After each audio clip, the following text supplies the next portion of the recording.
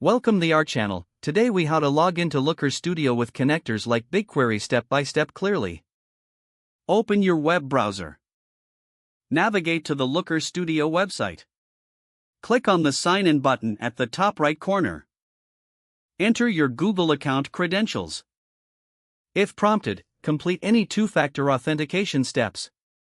Once logged in, you will be directed to the Looker Studio homepage. To create a new report, click on the Create button. Select Report from the drop-down menu. On the next screen, you will see a list of available data connectors. Locate and click on the BigQuery connector. If you are asked to grant access, review the permissions and click Allow. In the BigQuery connector settings, select your project from the drop-down list. Next, choose the dataset you want to use.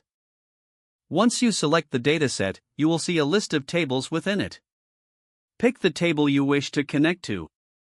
Click that Add button to include it in your report.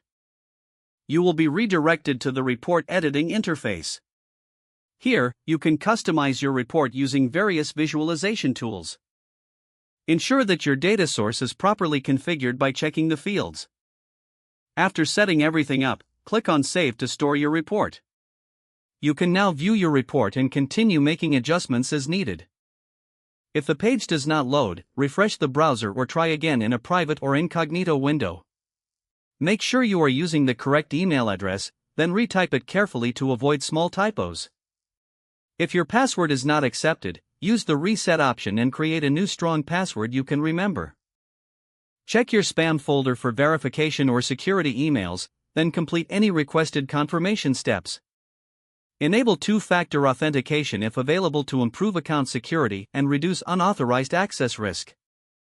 After signing in, review your profile details so your contact information and settings are accurate and current.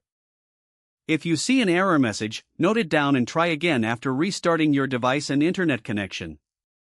Don't forget to like this video and subscribe to our channel for more step-by-step tech guides.